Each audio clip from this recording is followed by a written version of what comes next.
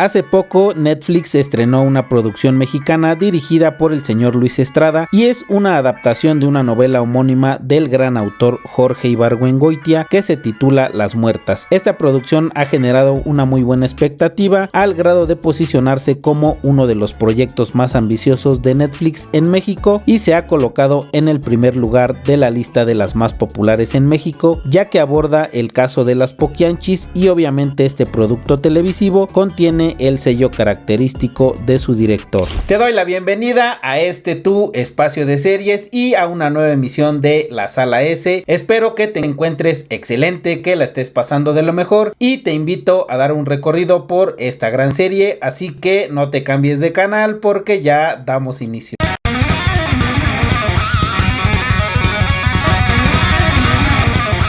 Esta serie, como ya lo mencioné, es una adaptación o está basada en la novela del mismo nombre, en la que se dramatiza la historia real de las hermanas González Valenzuela, conocidas en el bajo mundo como las Poquianchis, quienes entre las décadas de los años 40 y 60 gestionaban una red de burdeles y asesinatos en Guanajuato. La novela es una obra referencial de la literatura mexicana que se caracteriza por su contenido un tanto cargado de sátira e ironía, una cualidad que al parecer el señor Luis Estrada pretende replicar y trasladar a la pantalla chica con esta serie, algo como lo que hizo con su película La Ley de Herodes, que aunque comparte título de una novela de este mismo autor, su premisa es distinta. Ahora, para tener una mayor profundidad tanto en el desarrollo de la trama como de los personajes, se eligió este formato de serie de 6 episodios, ya que en una película no se podrían permitir estos desarrollos. En esta serie encontramos el estilo característico del señor Estrada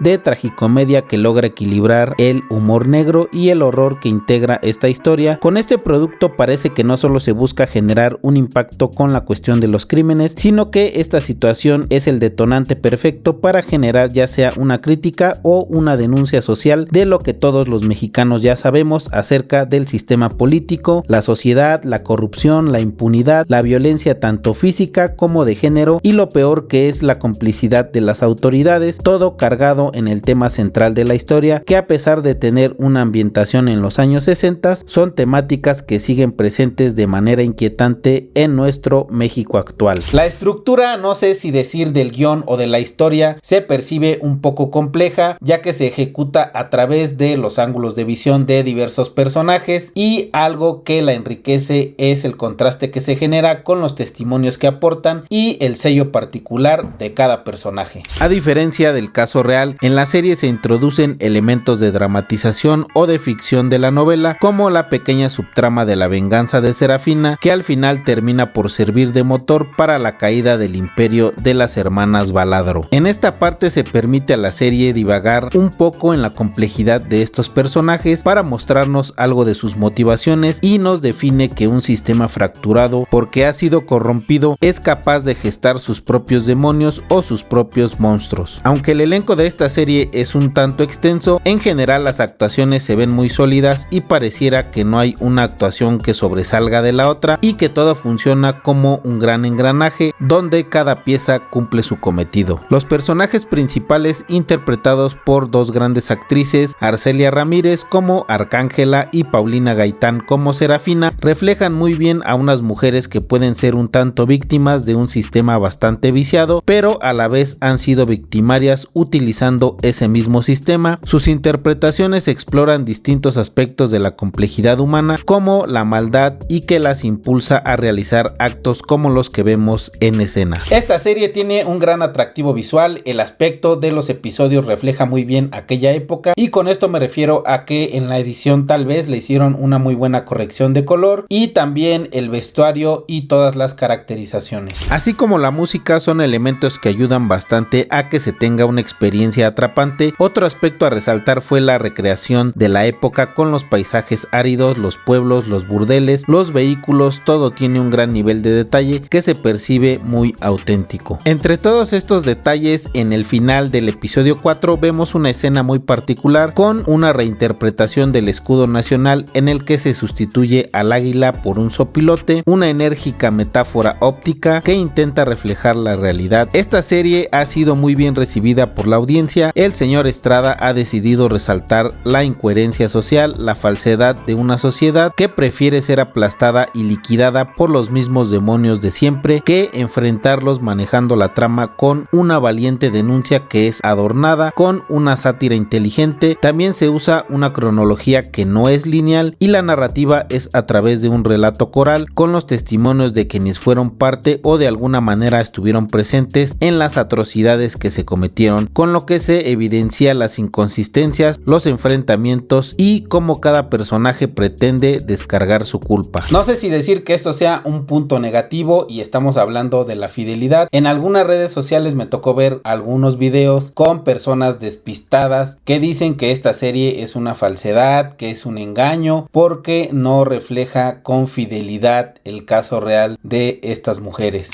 ya que la serie únicamente se centraba en dos hermanas cuando eran 4 y que la historia difiere de los hechos que fueron documentados. Sin embargo, parece que no se dan cuenta de que es una historia basada en la novela de Jorge Ibargüengoitia, tal y como se referencia al inicio de cada episodio. Por esto parece decepcionar a parte de la audiencia que esperaba encontrar un relato detallado sobre el caso. En este punto quiero hacer un paréntesis para mencionar algunas diferencias entre la serie, la novela y el caso real que inspiró todo. La novela se publicó en 1977 y es una obra de ficción con un tono de alta sátira. Parece que el autor no le interesaba contar una historia que fuese una especie de crónica periodística, sino que utilizó el caso para realizar una crítica y tal vez un mensaje de despierta, donde se hace evidente lo que ya es evidente, y con esto me refiero a la corrupción, la incompetencia de las autoridades mexicanas y el estado zombie social. Se puede apreciar una narrativa con un estilo indiferente, algo parecido a un reporte oficial, pero con una buena dosis de ironía y de humor negro. El autor realizó algunos cambios como nombres y lugares para tener una mayor libertad a la hora de novelar los eventos y todo el contexto absurdo del caso. La serie toma como base la novela, haciendo lo necesario para adaptarla a un formato audiovisual, aunque este producto conserva el humor negro y la crítica social que le imprime el señor Luis Estrada, deja una carga dramática a la historia. Esta serie tiene un enfoque en indagar las motivaciones de las hermanas Baladro y para esto se les proporciona un trasfondo personal y un objetivo de venganza. A diferencia de la novela y el caso real, en la serie se simplifican algunas cosas como el número de hermanas y se les da un propósito más moderado. Esto parece ser un punto de conexión con la audiencia y por supuesto un muy buen arco narrativo. El caso real ocurrió entre las décadas de los años 40 a 60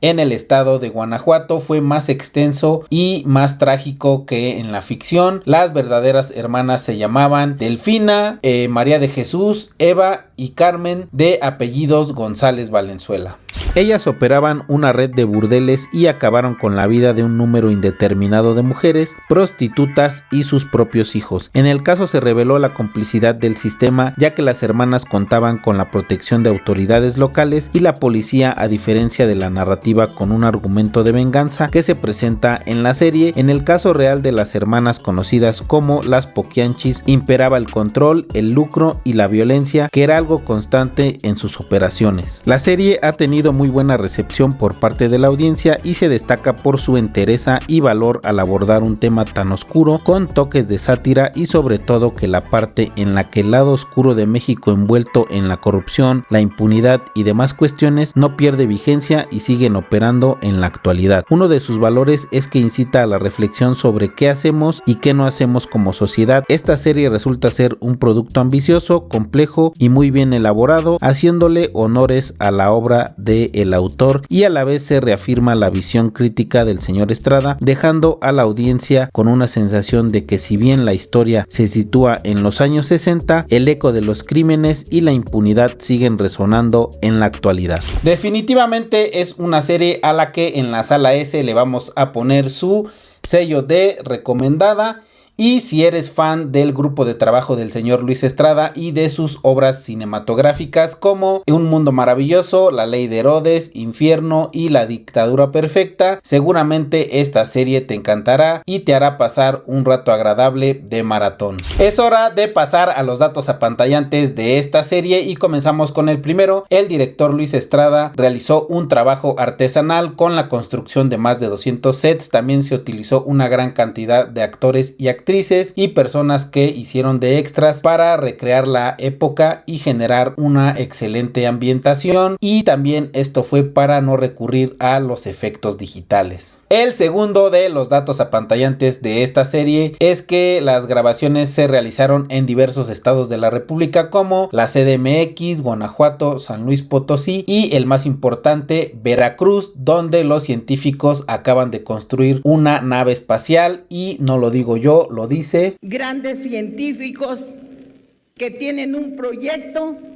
han hecho una nave espacial. El tercer y último de los datos apantallantes de esta serie es que durante 6 meses el equipo realizó investigaciones, revisó archivos policíacos, revisó la Hemeroteca Nacional y consultó los ejemplares de la revista Alarma, todo para retratar de manera más precisa la época y los espacios. Muchísimas gracias por haberme acompañado en una emisión más de La Sala S. Como siempre, te voy a solicitar que nos regales tu like, que compartas este contenido, que nos recomiendes tus series favoritas, y si andas navegando por las plataformas y no sabes qué ver, en la pantalla final te voy a dejar una lista de reproducción con nuestras recomendaciones. Y eso es todo en La Sala S y nos vemos en la siguiente serie.